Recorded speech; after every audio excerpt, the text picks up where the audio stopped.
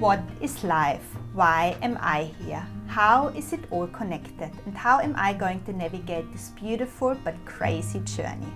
I'm Sylvia and welcome to the Soul Sunshine podcast.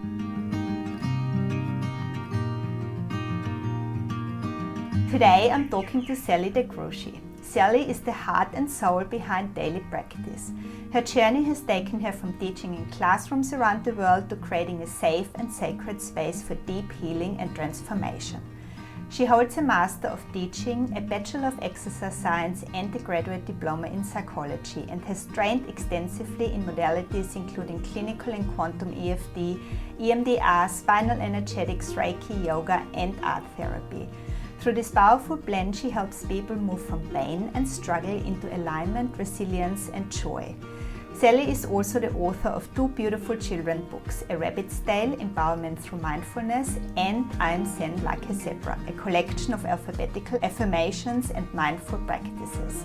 At the heart of everything she does is a mission to help others live an authentic, grounded and abundant life. Sally is a single mom to two beautiful girls. She's sunshine in human form and I'm so happy to have her here with me today. Sally, welcome to the Soul Sunshine podcast. We finally made it. Wow, Sylvia, thank you so much for that beautiful introduction. I feel like you know me better than I know myself. I doubt that. But yeah, I'm so glad that you're finally here because we had to postpone a couple of times due to children being sick and us having things on. So I feel like the stars have aligned and we are finally sitting Exactly. here So together. good to be here and divine timing, I'm sure, as all things always are. Exactly. Beautiful.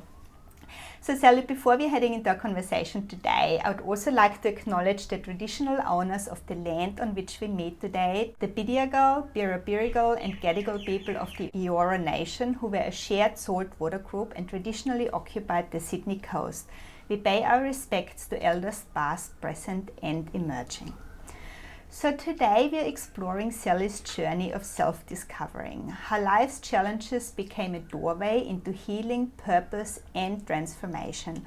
We'll talk about the tools and modalities that shape her world and how she helps others move from pain to empowerment. We also dive into her passion for supporting children's well-being, what inspired her books A Rabbit's Tale and I'm Zen Like a Zebra, and what it really means to live a mindful, authentic life, one that honors both our light and our shadows.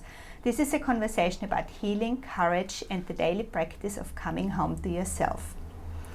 So, Sally, I always start my podcast by telling our listeners about how we met as well. And I think I followed you on Instagram like 2 years ago because you're friends with Nikki Keogh. Yeah, I think I remember you saying you saw a post of when Nikki and I were doing some yoga laddis for mums and bubs. Yeah, and I remember following you back then. And ever since then, I've been following your journey and have followed your content and have just been really inspired by what you've put out there and, you know, the work that you're doing. And then it was really funny because I met Nikki for lunch one day to discuss, you know, her being on the podcast, and then we were talking about how we really love to kind of just, you know, keep developing ourselves and keep doing courses and things to both help ourselves but also help other people.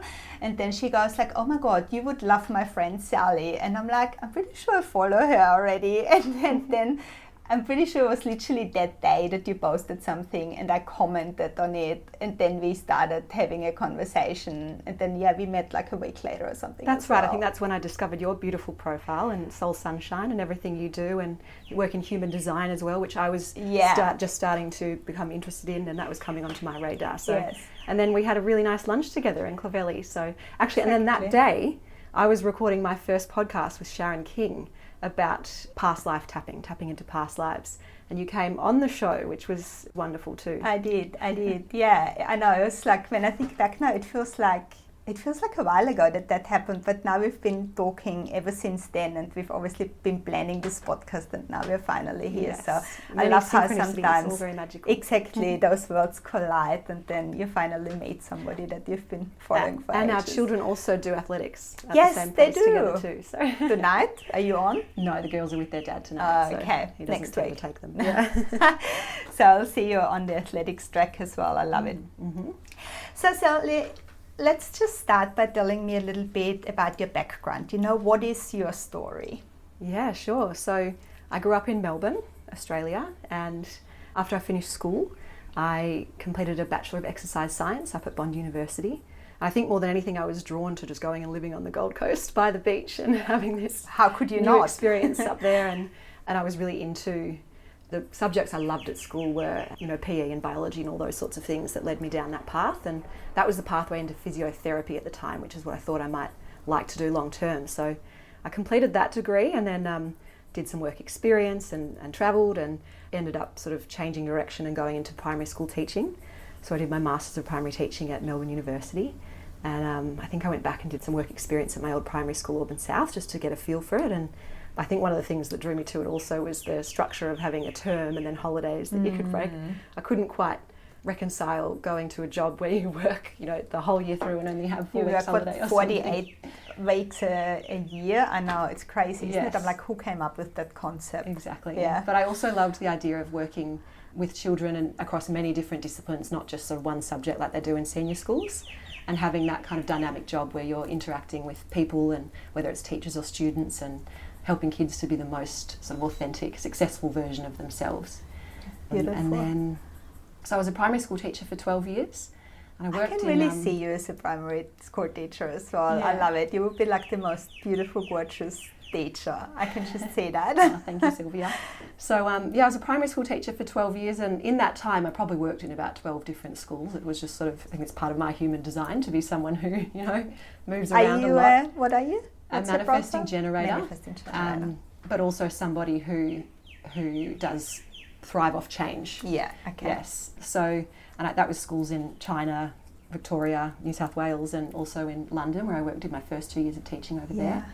And then I have 2 children, so they came from, 2019 and 2021, and I think it was just before I had them, I was working at Cranbrook Boys School at the time, and I started to get really interested in positive psychology and mindfulness, and I was doing a lot of training in working with kids to bring more mindfulness into schools, because I could really see a need for that at the time, and it was sort of through studying psychology. I then did a graduate diploma in psychology, and it was sort of during those years that I discovered EFT tapping and different energy psychology modalities, and that really took my interest and led me down that pathway. Yeah, beautiful. We'll talk about those different modalities that you offer as well.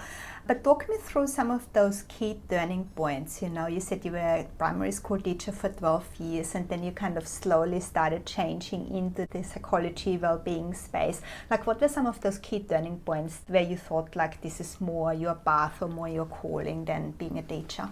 Yeah, sure. So I certainly had started going through my own mental health journey upon returning from London in 2000, and it would have been 2016. So I was struggling with my own anxiety and lack of resilience probably at that stage, and that's when I discovered mindfulness and positive psychology and those tools for myself. And then it was probably at my first year teaching in Sydney, where I had 11 and 12-year-old boys in my class, a year 6 class, and I was really confronted with the number of mental health issues within that cohort. There was kids that we took them on camp a couple of times that year, and I was really shocked at how much medication we needed to administer as teachers. So we would take a backpack with a clipboard with all the things that they needed to have. And there was even, they were struggling with things that I wasn't even aware of until we went on camp. So there was already kids that were being medicated for anxiety and depression, kids that weren't able to get to sleep at night, so they'd need to take melatonin and other things just to get to sleep. Also a lot of ADHD and difficulty focusing and concentrating in class, and many of these kids were already taking medication to help with that. So I was quite confronted by that. And then I think that same year there was a year 6 student from another class that tried to jump off the balcony, and he almost did. There was just, a teacher happened to be able to pull him back at the last moment before that happened, and you can just imagine how devastating and traumatic that would have been. It would have resulted in a death. And the same year there was a year 9 student that committed suicide as well. And I just couldn't get my head around, this school was really big in academics. So it was like, your English and your maths and your science and your history, they were all like, and a lot of high achieving parents who were expecting the best for their kids. So they were all expecting their kids to be outstanding in all academic areas. So it was quite high pressure on the students. And to me, I could see it was clear that's where the problem was coming from. I didn't think there was enough nurturing of life skills, and I didn't really think there was enough nurturing of the individual strengths as well. They were sort of just all expected to be this cookie cutter academic expert. Yeah. And I think a lot of things got lost, which to me seemed like the problem. So I really tried to bring mindfulness into the school, and I trained in a course called .B, the curriculum that the UK takes into all their schools. And the school didn't really open up to it and embrace it. And so it just didn't feel aligned for me to stay there. And it really just fueled my passion for trying to get mindfulness and positive psychology to more kids. So which year are we talking here? When did So that was my first year in Sydney, which it was 2017. So that would have been like 8 years ago now. 8 years ago. So and that's when so many kids, like you said, were already medicated and having like all those struggles. Yeah. And you could only probably imagine that wouldn't have gotten any better. If anything, it probably would have gotten worse. Yeah. Would there be a fair call to make? Yeah. Yeah, wow. Yeah, I mean, it's really crazy, isn't it, to think about the fact that those young kids really are under such immense pressure that they're having all those issues in primary school where they should really just be enjoying being kids and, enjoy learning what they're learning at school without having like the pressure and that kind of baggage from their surroundings on them. And I think, now that I've learned even more about wellbeing for children and what their needs are, looking back, they only had I think it was 15 minutes for recess in the first half of the day and 25 minutes or something for lunch to eat their lunch and play. It's just not enough. Yeah. Kids need to be able to play, and that's how they release stress and tension as well, and they integrate their learning too. So, I mean, that seems like an obvious problem and easy solution as well when you look at it that way. Yeah. Do you feel like schools have caught up a little bit on that, on the well-being? Yeah, I think more and more schools are starting to embrace practices like mindfulness now, because the science is catching up as well and it's becoming more mainstream. Yeah. It's interesting though that many of these practices are so ancient. They're all steeped in practices that are 5,000 or 2,000 years old. This is all BC sort of stuff. Yeah. But now science is starting to catch up to those almost more spiritual practices, aren't they? And seeing how they are such a vital part of our needs as humans. Yeah, because I had the beautiful Christina from Grow Your Mind on here at the very beginning when I started the podcast. I don't know if you know her, and her program. And I think that's such a beautiful program that they bring into schools, to start talking to kids about mindfulness and about things that don't go to plan and how to stay persistent, how to work with anger, how to do all those things that kids are just overwhelmed with the emotions that are coming their way. Exactly. They are such wonderful tools that they have. I love the way that they use the animals and the analogy of all the animals to explain the different parts of your brain and how we need to help them be harmonious. Exactly. And the other wonderful program for schools is the Resilience Project. Hugh van Cuylenberg has been my idol for a long time. Isn't he? The 3 elements of his programs are gratitude, empathy and mindfulness actually. So it's a synergy of those 3 that can be really powerful as well. Yeah, beautiful. So when you are working with children and mental health now, I know you do a lot of work with children. Tell us about your work there and what are some of the themes and patterns that you're noticing in the kids that you're working with now? What are some of the things that kind of continuously come up? I think that a common theme would be dysregulation.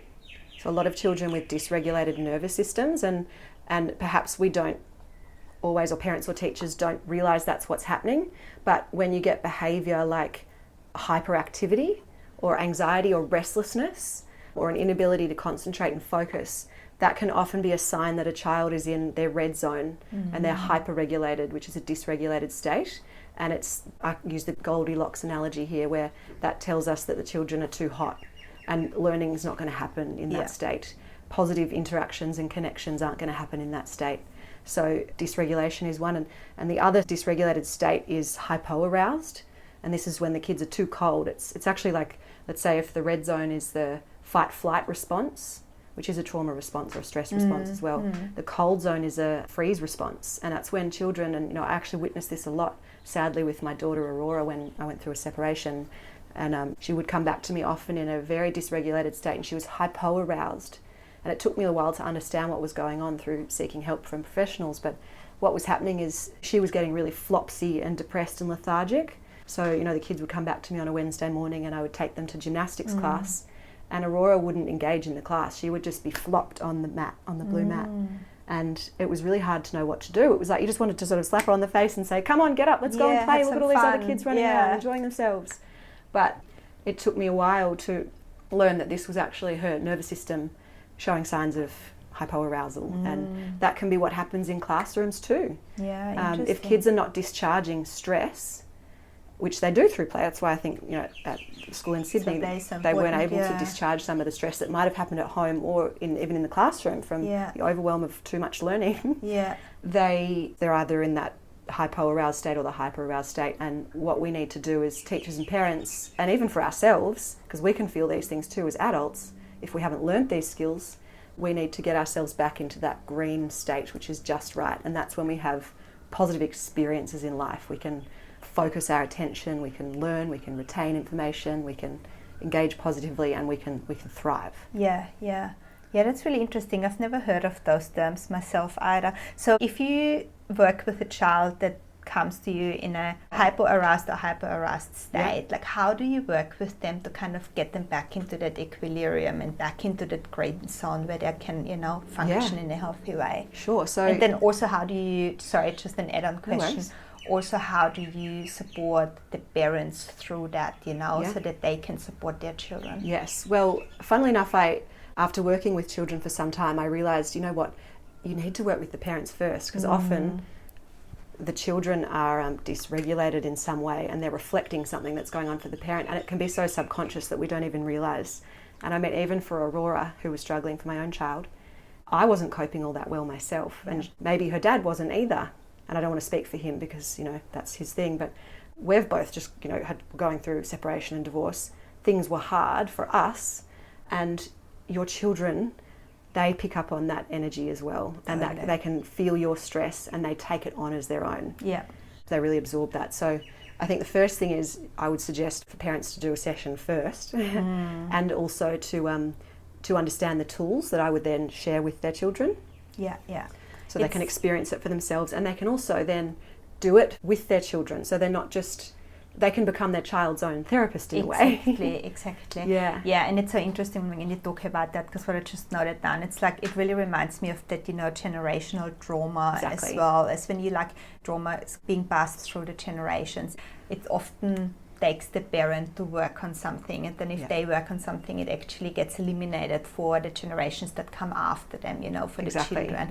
And it also reminds me of human design, because if you, for example, have an undefined solar plexus, an undefined emotional center, often you're feeling what other people are feeling even more, because you're amplifying the emotions and Aurora's definitely like that. So it is like what you said, when you are, and I know that with my kids, like I've got a defined emotional center and my kids have an undefined center, and I can so see that with them, that when I'm struggling and that I'm not in a healthy space, it's almost like they play up even more, but it's because they feel my energy and they amplify that even more, and then it's just like not great for anyone, obviously. Two things children are, anyone, mirrors right? and teachers. They can teach us and guide us just as much as we can teach and guide them. 100%, if not more, right? Like, they can push all our buttons and they show us what we need to work on within ourselves.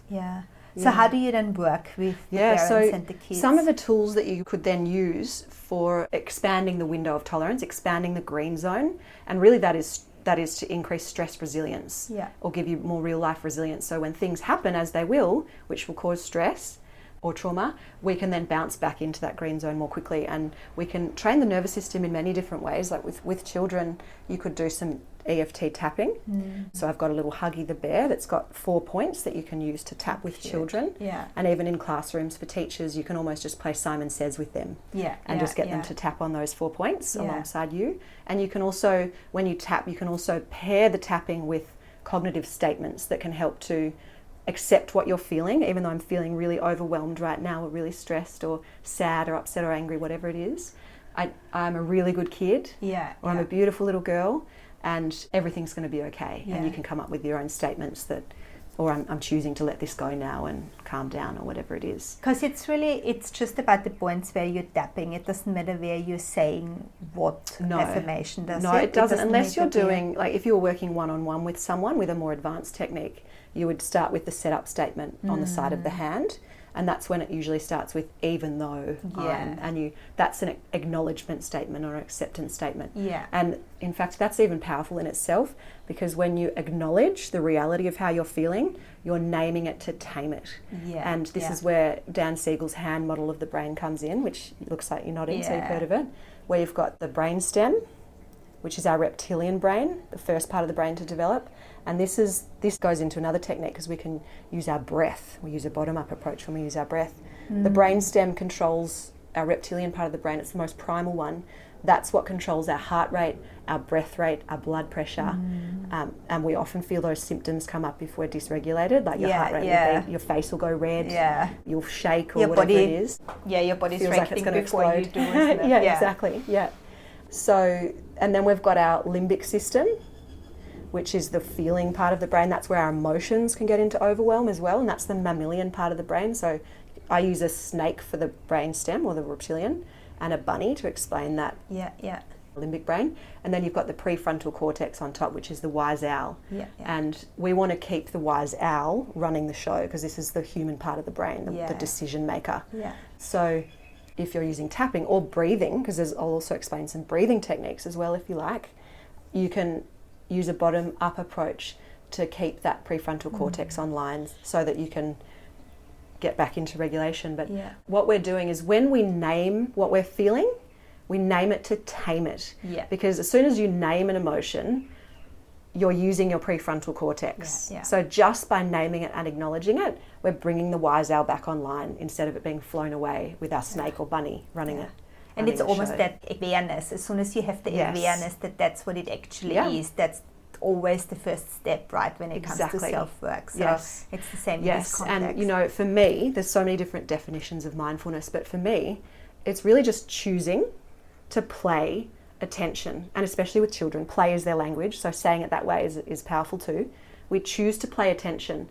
And choosing is when you have consciousness, and we're playing attention as though our mind has a spotlight, and our awareness is the spotlight, and we're shining that on something, so that we've got awareness and we're observing it instead of becoming it.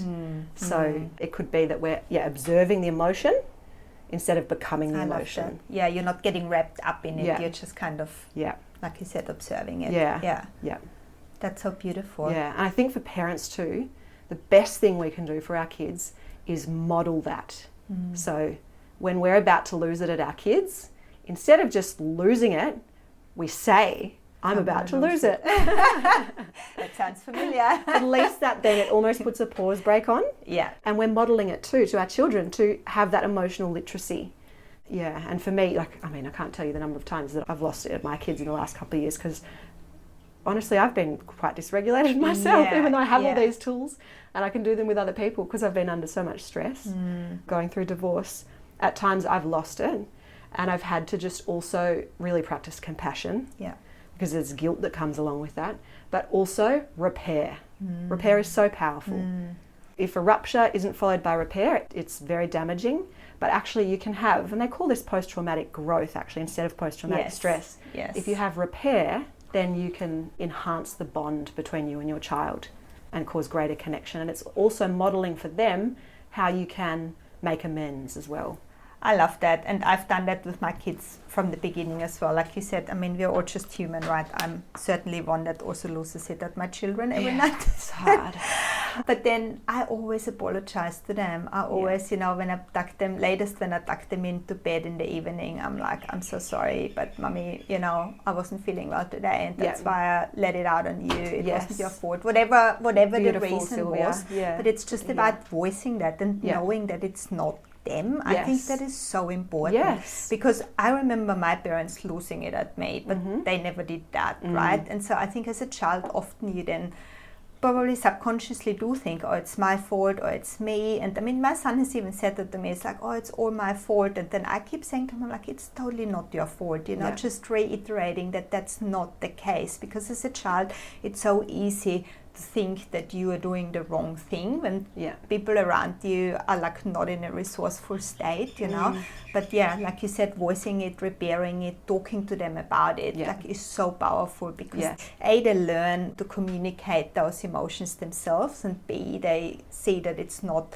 them, that it's, that it's not their fault. Yeah. And they can also carry that on and, start showing that when they have a bad day, they can also be like, I'm sorry, Mommy, I didn't mean to, like, because even my older one, he like, I don't know, are you in like your pre-teens when you're like 9? I think it's a bit early, but anyway, there's definitely some hormonal changes going on with him at the moment. And sometimes he gets really, really frustrated and angry. It's almost like he's such a sweet little kid. Like, he's got such a good heart, and it's almost like that sweet little kid is really like fighting with that thing that he doesn't even know what it is now, right? And he gets really, really cranky. And then when I talk to him, he goes like, I don't even know where that's coming from. I don't know what's going on. Like, you know, because it's only just started to happen. So I have a lot of conversations with him around that. But anyway, that was a bit of but Sylvia, that's actually a where you could bring in some art therapy.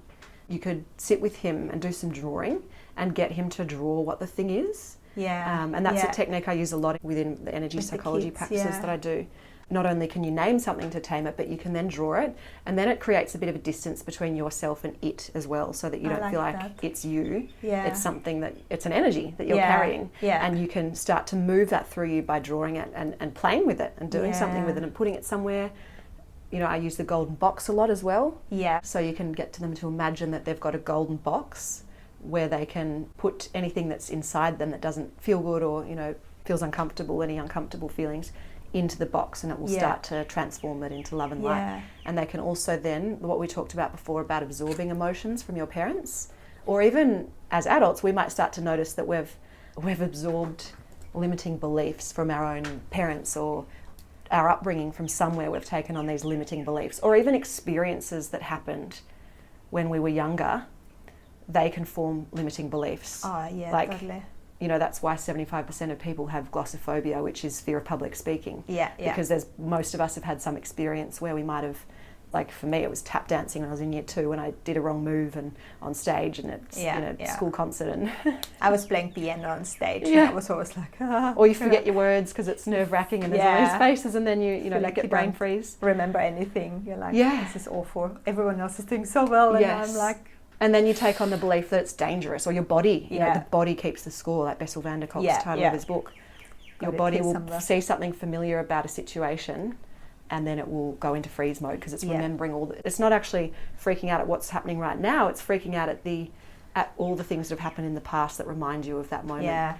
That's a lot of the work that I do with my NLP coaching as well, because that's a lot about, limiting beliefs and unresourceful thinking and things that you have picked up in the past, might have been in childhood, might have been somewhere along the way that's actually not serving you, and that's not really true for you anymore either. Often we hang on and we cling on to things that are not even actually true for us anymore. It's just because we're so used to it, and we're so used to that old story of us that we drag them along with us subconsciously. Exactly. It's not until you look at that and you go like, actually, A, I don't want to believe that anymore. B, it's not resourceful for me anymore.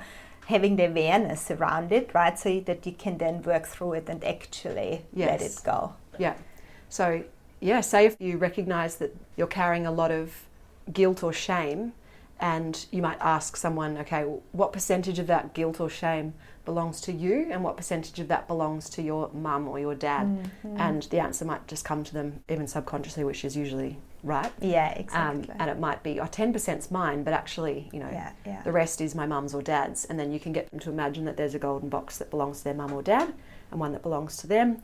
You can put yours into the golden box, and you can hand back the one that belongs to your mum or dad, and give them the choice. If you want to and you're ready, you can let this go with love and light, or you can keep holding it if you want to, but it's no longer your responsibility. Yeah, exactly. And I think we often underestimate how much we've taken on the energy from other people that's not even ours, right? That we're carrying with us thinking. That's our thinking, that's our doing. Meanwhile, it's something that we've really taken on from somebody else. And even just driving in the traffic. And as someone shows a bit of road rage, or they toot their horn, or they yell something out, that's energy, and it's probably been projected onto them from somewhere else. It could have been something in their childhood that they're still holding on to. And they're projecting it, throwing it around. And if you don't have sort of firm boundaries or conscious awareness about what you're taking on, you can even absorb that and be carrying that with you. Exactly. Especially if you are, like we just said before, especially if you're not in a very resourceful state yourself in that moment, you know, because you are under stress or because you are going through a difficult time yourself, then it's often so much easier, so to speak, to take on those things because you're so much more vulnerable towards them. Yeah. Yes. Yeah, and some other simple ways of, as adults and with our children as well, that we can discharge some of that energy at the end of the day can just be, it's very simple, but we often forget to do it, grounding on the earth and time in nature, and bare skin on the earth. So taking your shoes off, I often take Aurora just across the road to Allison Park, and we take our shoes off and we just sit on the grass. And it's so simple and easy, but the earth is the energy from connected our body it can really heal us. Totally. So that's an easy one. And I feel like that's an easy one for Australia, especially because we are very often barefoot. Lucky in Sydney and all the beautiful beaches here in the eastern suburbs. Swimming. Shoes. Yes, that's really powerful too. And I know something that really helps Aurora. Sometimes she even does it before school, and she says she's quite intuitive, really. Like, she knows if she needs it, she'll have a bath. Yes. Yeah, because she can be quite hyper. A bath for her, a hot bath, is really powerful for calming the nervous system, and that's also a really great tool for before bed. And my kids even drink some chamomile tea. Yeah, oh my God, yeah, same. But it's really interesting that you say the bath before school, because Max, my older son, he just started doing that. Every now and then, it's like 6:30 in the morning, and I'm like, what's going on? And he's running himself a bath. I wonder it's good to be in tune with your kids. It's like himself realizing that he needs that before he's going out into the world. And it can be easy to dismiss a request like that, because it's like, you know, do we have time for a bath? Yeah, I'm like, it's 6:30, why are you having a bath? Yeah, often they know what they need. And I think also, if you want to have a child that is intuitive and in tune with themselves and can be self-led through their life, you want to honour those sorts of things as well. Otherwise, they lose the ability to trust themselves and be connected to themselves. So I think that's a really powerful one. I love that. I make my own sort of bath salts as well with Epsom salts. It's got lavender in there and some of the Australian bush essences too, and some rose petals and blue lotus flowers and things like that. So putting that in the bath for the kids as well, or for myself. Yeah, beautiful. I love that. Yeah, and the other thing that you were saying as well is the tapping, because, you know, we were talking about how we love doing courses and, you know, self-development. I'm definitely a course junkie. Same, guilty as charged. But yeah, tapping is definitely one that's on my list, because I'm like, A, would be really good for myself, but B, I think it's one that's really helpful with your children when they're going through those emotions, you know, and when sometimes you can't quite get through to them, you know, like sometimes they're just like so caught up in their emotion that you can't get through to them. So in that case, I think it would be really easy to just be like, you know, just do some tapping and, you know. Yes. And even if our children, because they probably would be some of them will get to the stage where they won't be open to doing tapping with you, but you can do surrogate tapping where you tap for them. And it's incredible on a metaphysical level how much you can do for your child by tapping on how you're feeling about what they're experiencing, or even for them in the quantum field. Yeah. So I love that. Oh my God, the metaphysical. Hello, now we're talking. Yes. It's so true though, because it's the same, like I said before, with therapy and coaching and everything. If you start shifting things, you notice it in your children shifting as well, right? Yes, exactly. I love that. So Sally, talk to me a little bit about, you've just mentioned before that you have been going through a divorce over the last couple of years. Talk to me about, you know, how you navigated that big life change and what supported you through that and what you've learned through going through that, you know, because I know that's been some really turbulent times for you, obviously with the girls and everything, just to get a bit of an understanding how you work through challenges like that. I'll start by saying it feels like this is going to continue being a lifelong process for me. I don't think that there's going to ever be a stage where I feel like I'm through it, because I'm still in it.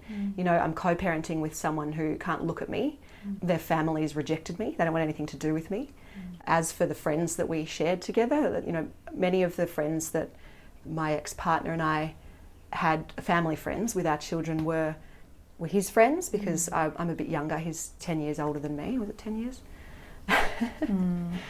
And so, you know, I had my first child when I was 28. So I was sort of the first of my friends to have children. And so many of the people that we spent time with were friends with my ex-husband, and he didn't really want me to be in contact with them anymore. So that's been really hard. I think like the grieving over losing not just your ex-partner, but then, because which is hard enough in itself when a relationship breaks down, but then also losing that social connection. The other thing that has been more painful and challenging than I ever could have imagined is being apart from my children when they're so young. Sienna was 2 and Aurora was 4 when we split up. And I mean, I don't know if there's ever the right age to separate, but it certainly wasn't easy being apart from them when they were that little. And my priority was to try and keep things amicable. So, you know, I agreed to 50-50 child care at the start. And I mean, I didn't know what I was doing. I was in survival state too, so you're not exactly thinking that clearly. But then, you know, my ex-partner engaged a nanny without telling me, and I wasn't okay with that because I wanted to be available for my kids, and tried to say, look, I'll, you know, drive them to you when you're ready, but, you know, I'm not happy with the nanny being there. So then things turned nasty really, because we had to go through mediation and have a third party for us to figure all of that out. And and it's a constant challenge, you know, like... How do you work through that? Like, how do you personally... Because I know, like, sometimes it's, you know, knowing all those tools and being able to support others is a whole different story to then actually using it on yourself when you're going through a difficult time. So how do you manage that? I have a new partner now, and he's incredibly supportive, so I lean on him a lot. So he's been incredible, and learn to let go. And I think that also, you know, I'm just, I guess, as I move through life, starting to see whatever happens, nothing's a coincidence and everything is happening for us. So even when these niggly things happen with an ex-partner or whoever, it's seeing that situation as, yes, it's an obstacle. And there's a quote that I love here: obstacles aren't in the way, they are the way. There's something in that experience that has some sort of gold for you, and it's what you, it might not be what you want to happen, but it's what you need, and it's an opportunity for you to learn or transcend something. It's a window of opportunity. And the universe can be testing you too. It's like, okay, how are you going to deal with this one? And on some level, I do believe also on a spiritual level that our soul chose the obstacles in our life. I do believe that too, but when you're going through those times, when you're like, it's really hard. Really? Like, why would I have chosen that, right? I know, like, you is. kind of... But it comes back to what you were saying before in terms of post-traumatic growth, right? It's like you have to go through that, but then there is something beautiful that comes of it. And I saw something else actually the other day that reminds me of when you're talking about your stories. Often you have to go through those things as an individual to then be able to support other people through it, or, you know, through something similar. So I think looking at you and looking at the work that you're doing, I can see how, you know, as challenging and as sad as that experience obviously is for you to, you know, having to endure, but like I can see how much stronger that makes you as well in terms of, you know, supporting other people on their journey and you know, their challenges. I think when you have felt extreme pain and you've been in the darkness, you can understand it, and you kind of know where someone else might be at. And when you've found your way out of it, you can, it's almost like you can be present with them in the darkness and help them back towards the light. And then with your girls, you know, you said they were 2 and 4 when you separated. And I mean, the truth is, like, a lot of relationships are separating these days. A lot of marriages are breaking up. So there's a lot of people out there that have to go through a similar experience in one way or another.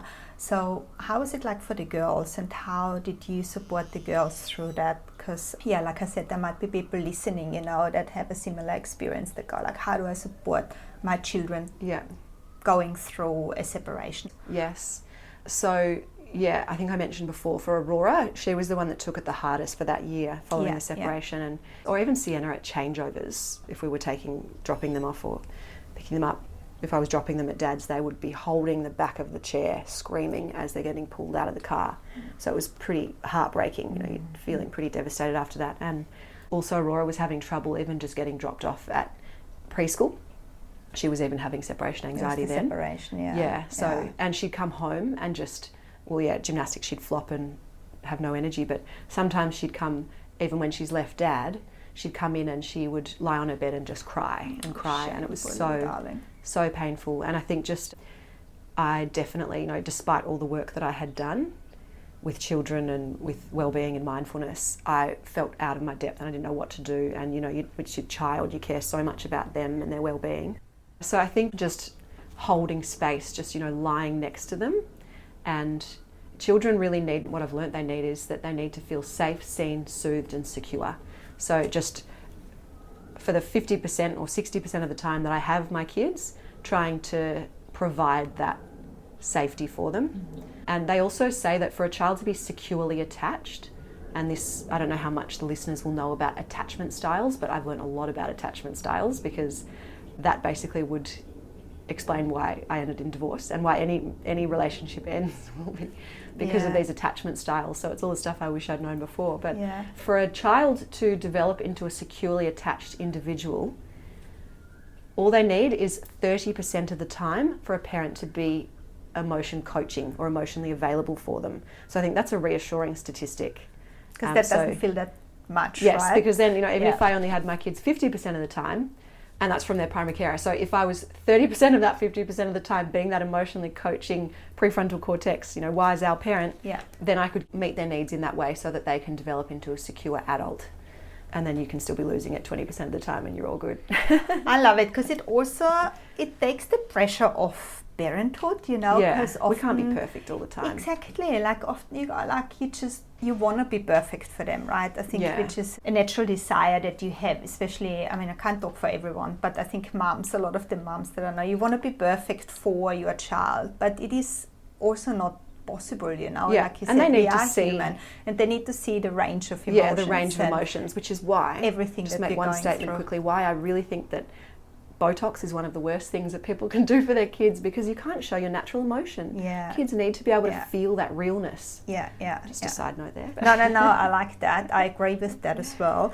And so knowing that you only need to, under like exclamation marks, that you only need to be there for them 30% of the time to, really have that positive effect. I think takes the pressure off, and is really reassuring, because that really seems doable, We also don't have time. It's not realistic to have time. Exactly. To every time they feel an uncomfortable emotion, to sit down and emotionally coach them through it until it moves all the way through. Like, sometimes real life is happening and you need to be somewhere at a certain time and you need to just move them along, Yeah, exactly. 100%. Yeah. And resilience builds through that too.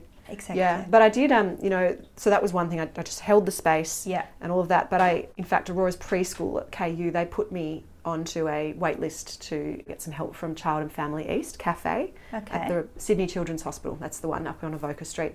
So I saw a woman there called Sandra who was amazing. I did a Circle of Security course with her. And I got to see her with Aurora a couple of times and with Sienna, and much of it was just me also doing one-on-ones with her, and that was really helpful. I don't know if you've heard of Circle of Security, but I think that's where I got the safe, seen, soothed and secure words from. That actually really makes you reflect on the way that you were parented, because she sort of explained that you just do what you know. Because that's what you received. You can't give something you haven't embodied yourself. Well, I sometimes feel like you either do what you know or you do exactly the opposite. That's true, and you said that also with the way that you might have been parented before, because, and I don't know if I've had this either from a certain parent, if there isn't repair after a rupture, that might be what some people will go on and just do that automatically. But I think the difference here is that you and me now, as I'm waking up, we're conscious parenting. We're having awareness because we've got our spotlight on what we're doing and we're emotionally aware. 100%. We're not just reacting to our emotions, we're starting to respond. And that's where the magic happens, because you're noticing it and then you're choosing to change what you're doing. So that was a really powerful course. So that was great. And then I also did another group course called Emotion Coaching for Parents, which was a face-to-face workshop, and that was really helpful too. just about meeting the emotional needs for your children and what to do when they're reacting a certain way and how to emotionally coach them. And then also the reconnected parenting. I don't know if you're aware of them. No. Emma and Eleanor are incredible. Actually, yes. I think They've I just released their first on, book. I feel like I follow them on Instagram as well. They do play-based therapy and breath work. And so I did that for a while with Aurora as well. The breath work you do for yourself, actually, to release some of your own stress and tension. And also you set an intention for your parenting or for life in general at the beginning of your breath work. And you also look at your own triggers and the things that are going on that you want to change. And it's the bottom-up approach again, where you do a breath work session that's guided with them. There's a pre-recorded one, which helps to release whatever you're holding somatically that's causing that reaction or that trigger or that pattern. And then you do that once a week alongside a 20-minute play session a week with each child or one child, where you have a select number of toys. And there's a variety of toys, like you've got one that's a nurturing toy, one that's an aggressive toy, one that's a creative toy, and it's just 20 minutes of focused attention on your child, but you're interacting with them really differently to how you normally would. You're just observing and reflecting everything they do. You're not judging, you're not asking questions. You're just letting them feel really seen. So it's beautiful. Like, oh, you chose the pink texture and you're drawing a butterfly. So it's just that descriptive language. But and I did that formally for a while. It's sort of having a break from it now. Just fitting everything in. But I find myself, after doing that formally for a while through the Reconnected Parenting program, I'm doing that more in my day-to-day with them too, because you realise that's what they need, that time. Well, thank you for sharing all those things with us. And I think the beautiful thing that comes up here is that there is so much help and support out there, because I mean, you as a practitioner already knowing so many of those things yourself, and then going through a challenging experience like your separation, and then finding all those other things that can actually support you going through that and making sense of things, and supporting your children through it, which I think is very important, because often we feel very alone, I think, when we go through those experiences, definitely. And like we feel like we're the only ones experiencing that. We feel like nobody wants to listen to us again and again and again, and nobody has time or space to kind of help. So there's like so many, again, it's the stories that we're telling ourselves that are not necessarily even true, but in that phase, like that's often what we're telling ourselves. So it's really beautiful of you sharing so many different avenues of, supporting your children and helping them through that. Yeah, it certainly was. It did feel like a quite isolated sort of time, and I think that's sort of what I needed for part of it as well, just to be in that darkness and find my own way through. And I think there's something so valuable to say about that as well, that like that sitting in that darkness and allowing that at least, for a while is also really therapeutic, because you don't want to kind of brush it under the carpet and pretend it's not happening, because that doesn't actually get rid of the problem. The only way out is through. And we can distract ourselves and deny things, and it really just gets suppressed and then shows up as cancer or some other disease. Which is what a lot of people do, right? They go like, oh no, whatever, I'm not going to deal with that because it happened so long ago and I don't want to go there. But then, like you said, it does keep coming up in various ways. Sally, tell us about daily practice. What is the magic that you're sharing? We've already heard some of the magic today, but what is some of the magic that you're sharing through your practice? When did you start it? And what does it mean to you personally? So daily practice is always evolving. I love that. So it's a hard one to answer. The name actually came to me when I was on a Vipassana, a 10-day silent retreat in the Blue Mountains. And it was 2016, the year before I moved to Sydney, and I was working that year at my old primary school in Melbourne, Auburn South. And I remember sitting there during one of the breaks. I mean, there wasn't much to do, sort of sitting in nature. Just for people who don't know what a Vipassana is, so you went on a 10-day silent retreat, which means no phones. No book. No books, no talking to people. Not even a watch. I think they just ring a bell when you're supposed to go and do your meditation. No writing. There's literally actually just nothing. Just being with yourself and your thoughts. I think it's about 8 hours of formal meditation a day when you're in a hall, sitting with your eyes closed, and they just tell you to focus on your breath, or they give you a few simple instructions and a discourse at the end of each day. But otherwise, you can't even really exercise or write or anything like that. But I think I did cheat slightly here, because I remember the name daily practice coming to me and the feeling of it coming to me. And writing it And down. I had a stick in my hand and I wrote daily practice, and I think I drew a flower. And I don't think I even really knew at that stage what it was going to be, but it was something about flourishing, and it was something about well-being and bringing mindfulness or meditation into daily life to help people flourish, I guess. Yeah. And then I think my colleague that was there with me, Amelia, her and I ran some mindfulness workshops. I think at that stage I was doing an MBSR also. Maybe, I don't know if that was before or after the Vipassana. I think it was beforehand. I did the John Kabat-Zinn's mindfulness-based stress reduction course, which was an 8-week course. And so I was really getting into mindfulness for myself, and even with my Year 5 students that I had at the time. And Amelia was really into these things as well. I think we'd done a Reiki course together too that year. And so we ran a mindfulness workshop at Extend Bar in Hawthorne. And that was sort of the first thing that was under daily practice. Yeah. And I don't think that even went anywhere. I think we just did a one-off workshop. Yeah. And I moved to Sydney the year after. And I think so when I was working for Life Skills Group, running mindfulness and wellbeing workshops for teachers in schools, I started sort of brainstorming some of my own business ideas for daily practice to run workshops in schools under the umbrella of daily practice. And that's when a rabbit's tail came to me. And I hadn't done anything for daily practice for a year or two at this stage, since Amelia and I did the workshop. But I started thinking, like, how do I want to explain these ideas about resilience and mindfulness? How do I want to explain them to children? And these characters kept coming to me, like Ralphie. When you're talking about A Rabbit's Tale, like you said in the intro, it's your first children's book. It's the first children's book, that my sister Kat has illustrated. And so really that idea came through, how can I share these skills for life with kids in a way that they'll understand and relate to? And so I came up with these characters and put it into a story, and have a whole lot of mindfulness activities and games that go alongside the book. And I published A Rabbit's Tale. It's self-published, so we did that through daily practice. So it sort of started for children really, and then as I started going through my own life journey of going through divorce and the few years that my marriage was breaking down and I was feeling a lot of my own stress, I discovered EFT tapping, and I did just about every course under the sun. So I love it. While I was doing that for myself and having amazing breakthroughs from it, I started sharing it with friends, and then they told friends about it, and I sort of started doing these one-on-one EFT tapping sessions for people, and I put that under the umbrella of daily practice as well.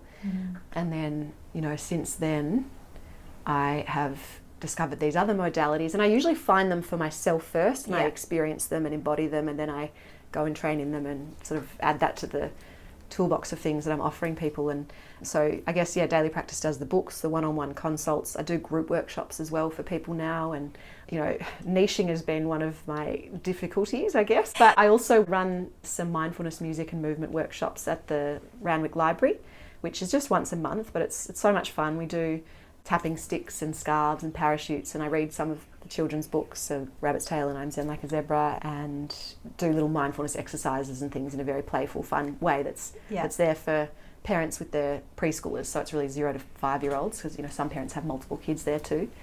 And then I was also contacted last year when I was up in Alice Springs by a company called Senior Champions, and they asked if I would be able to do some yoga sessions for the elderly.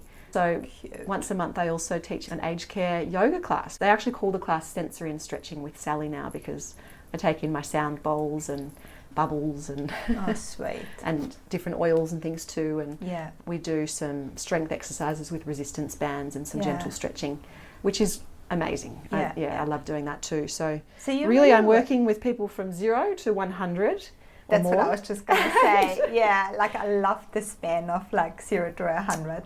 And anything in between. Yes, and I am constantly sort of trying to, I guess I just need to stop trying and let it come, but find, a bit like you were saying before, like what is it that I'm supposed to do? Or like what is my mission here? Like, is there one thing? Is it something that is my niche? But my latest idea is I'm going to create something called Life on Tap, and it's going to be a wellbeing and EFT tapping school for life.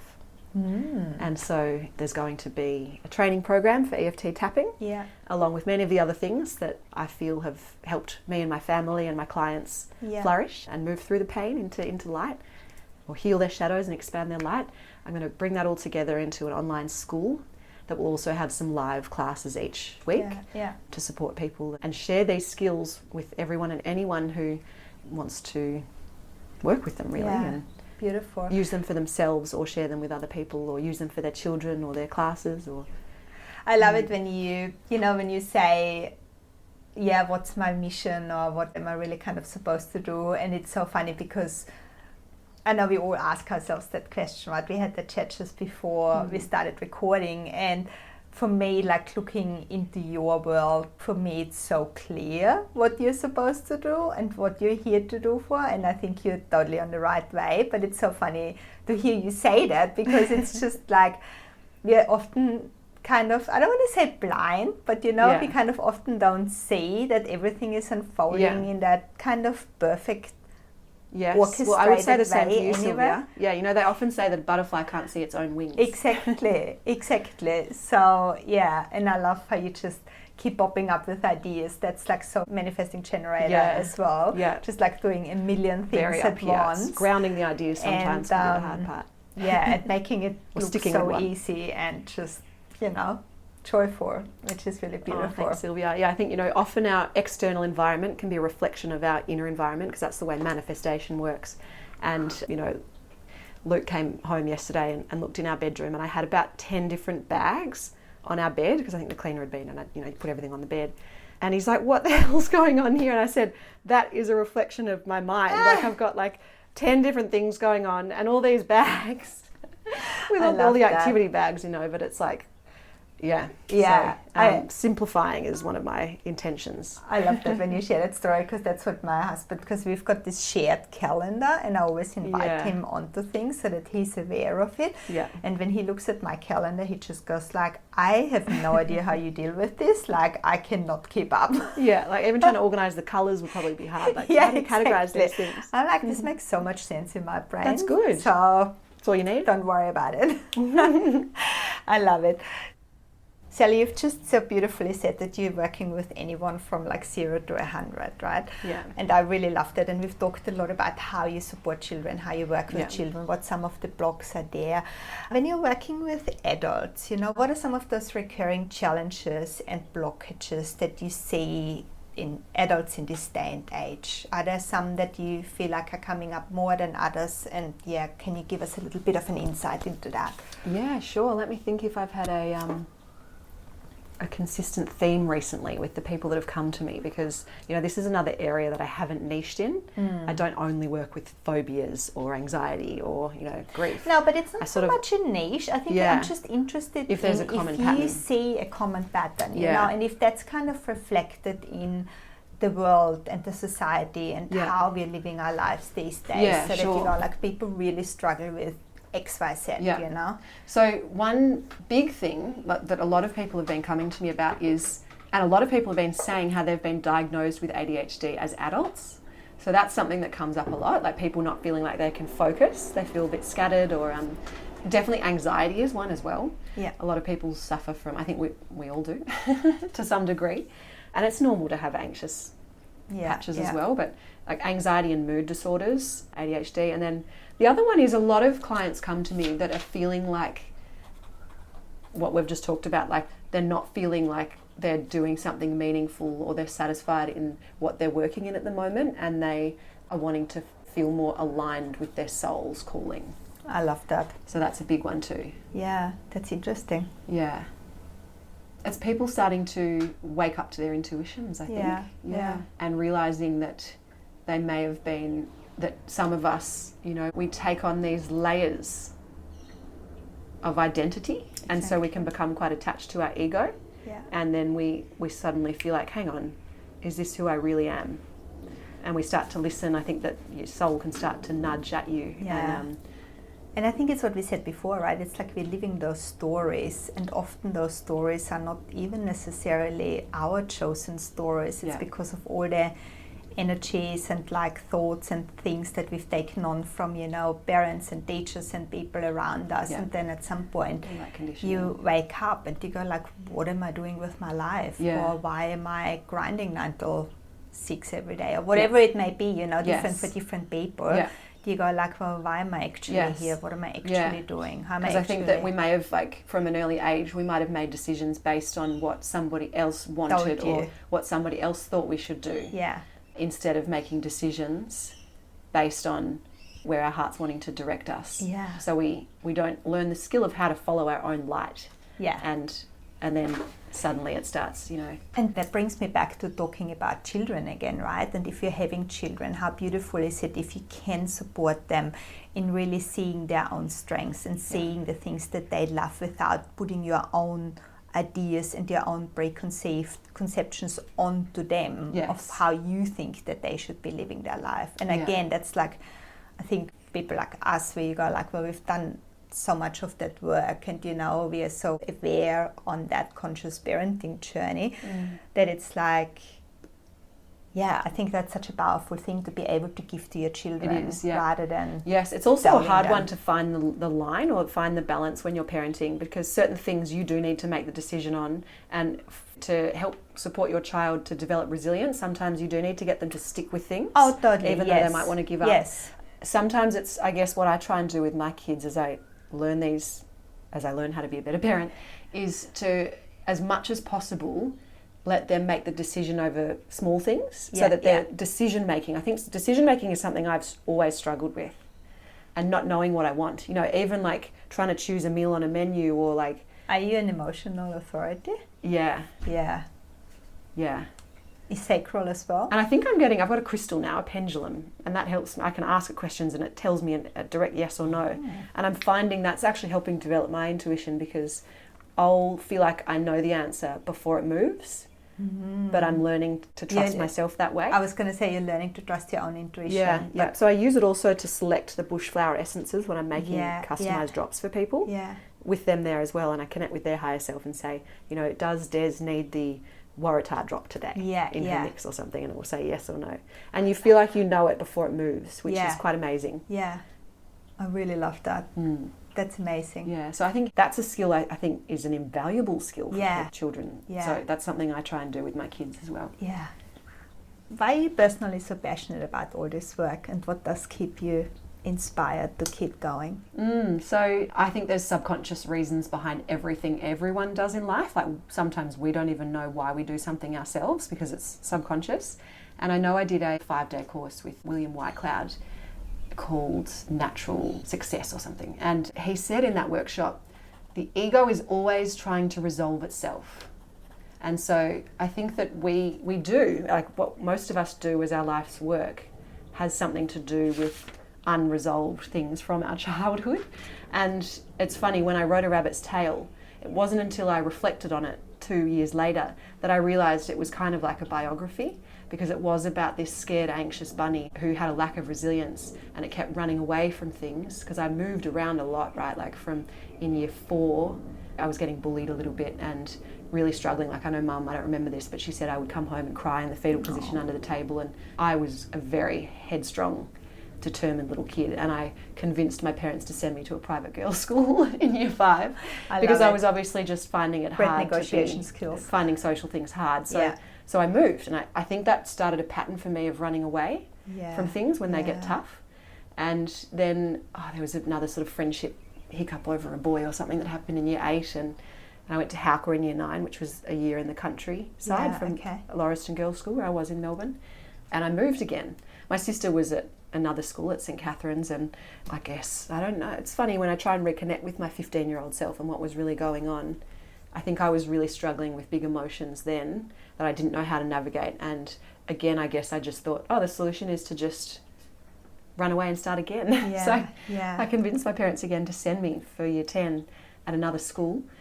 I remember seeing the ambassador from Bond University came and spoke at St Catherine's when I was in year 12 at our school assembly about Bond University on the Gold Coast, and how you could fast track your degree as well, and I was someone who was quite sort of ambitious in that way, so, and I loved the idea of the Gold Coast, so I then applied for a scholarship to go there, and I got that to go in first year uni. So I moved again, and then London, you know, even with my teaching jobs, I've sort of moved around a lot, and I struggled with those emotions even when I was maybe in denial of them or didn't know what they were. And I guess that's what Ralphie did in A Rabbit's Tail. Yeah. And then he found these teachers along the way, which were the bear and the snake and the butterfly, that taught him mindfulness techniques to help him find his way home, because he goes home in the end. And then he gets on stage and he's sharing all of his tricks with other people. I love it. And I realised that's kind of, hey, that's your story. And he's even under a full moon, and I just completed a course for people called She Flows, which is sharing about the moon cycles. Yeah, and, yeah. Isn't it interesting how you sometimes, like, you write that book and you don't even realise that you're actually writing your own story in a way? Yeah, and it's actually, even though you're writing healing it in itself. and it's there. Because it's integrating your experiences and then sharing them with other people. But I did that without realising that it was me. And then I've also written a book called, which we haven't published yet, but it's called Rosie's Frozen Feet. And it's a story about a little girl, Rosie, who loves dancing, and she's practicing for this school concert. And when she goes to go on stage, she can't move her feet because she's frozen. And a little tapping fairy comes down and talks her through a rhyming tapping sequence. Yeah. And it helps to build her confidence back up to go on stage. And then she does her performance. And remember, I told you earlier on that I had that experience from tap dancing and stuffing up, and I didn't even realise when I wrote that that it was the same as thing. As soon as you said it, the tapping, like, and her feet were frozen, I'm like, I can see where that is coming from. And it's funny now because I've started doing tap dancing lessons again, which Sienna led me to because she just wanted to try tap dancing shoes on in the ballet shoe shop. And we both ended up buying a pair of tap shoes, and so I do lessons weekly now, and we've got a concert coming up, so hopefully that will be my moment to really get over that. For closing the circle. And I think that's it. We're always healing in different ways. Life is healing. I think that's the purpose of life, really. Healing, to come to remember that that we're actually, and the funny part is that we're whole and perfect exactly as we are. There's nothing really to heal. It's just an illusion. Yeah. Beautiful. I don't know if I should ask you my last question now, because you kind of already answered it, but I'm going to ask you anyway, because the question is around healing. And having done so much healing for yourself and for others, how important do you think that personal and collective healing is in the world that we're living in right now? I think it's the point. I think that personal and collective healing is the answer. For everyone to remember that we're just all part of one big whole, and underneath all the layers and conditioning, we are love, and we are one, and we should just be having one big party and living in constant joy and connection and celebration. And I think that there's a lot of people waking up to that now. And the more people that wake up, the better, because the more people that wake up to their own light can then turn their light on and be the beacon for other people to turn on their lights. It's like there's each candle that gets lit can light more candles, and I think it's just guiding the way home for all of us. Beautiful. Thank you so much, Sally. Thank you so much, tears Sylvia. in my eyes on this last answer. Oh, beautiful. You have such a bright light, so you're certainly doing that, and I see you as being well and truly in your mission, so keep doing what you're doing. Thank you, and thank you so much for being on here today and sharing all your wisdom with us, a little bit of your wisdom, I should say, because I know there's so much more where that came from. It's been an absolute joy having you on here today. Thank you so much, Sylvia. It's been a lot of fun.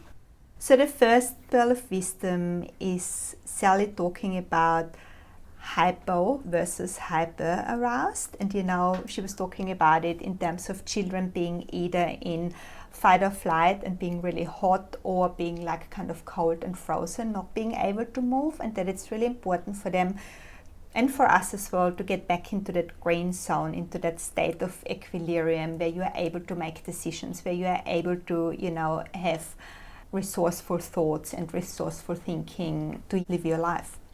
I love that, and a beautiful analogy came to me for that. A wave. So when you're in the barrel, you're in the green zone, you're in flow. Yeah. If you're on top of the wave and it's really scary, that's hyper. Smashed. And if you're under the water, I love that. You're not really in the zone either down there. No. I love that. Thank you for sharing that, because I think especially for visual people, that's a really beautiful analogy to keep in mind. The second pearl of wisdom is when there is rupture, it's really important that there is repair. And we've talked about how, as moms, as dads, as caregivers, it is just normal for us to be human, and to sometimes lose it at our children. But if there is a rupture with that, and if we are losing it, if we are not like in a very resourceful state with our children, it's really important to have that repair, to apologize, to explain, to talk them through it. And it goes back to having post-traumatic growth. So out of something challenging, then we can have an experience that's actually making us grow. And the last pearl of wisdom that I wrote down is when Sally shared her circle of security, that children need to be safe, seen, soothed, and secured. And that we really only need to be there emotionally coaching for our kids for 30% of the time. And I think that is such a beautiful thing to remember, that it takes the pressure off being a parent, takes the pressure of us being perfect, and, makes us show that the, so to speak, small amounts of time that we do spend with our children are really important, but we don't have to be perfect all the time. I really love that.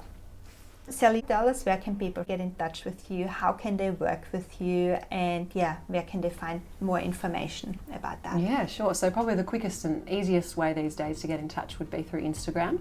So my handle is @daily_practice with an S-E, S for sunflower. We'll put that in the show notes as well. And otherwise my website, which is www.dailypractice.com. Beautiful. Thank you so much for listening today. I hope you got something out of this episode. Sally shared so much wisdom with us, so I'm sure there was something in there that will help you and support you on your own journey. Please also do share the podcast with family, friends, or anyone who you think may be benefiting from the things that we talked about today. I really hope this episode brought some sunshine to your soul. I'm sending love and light your way, and until next time.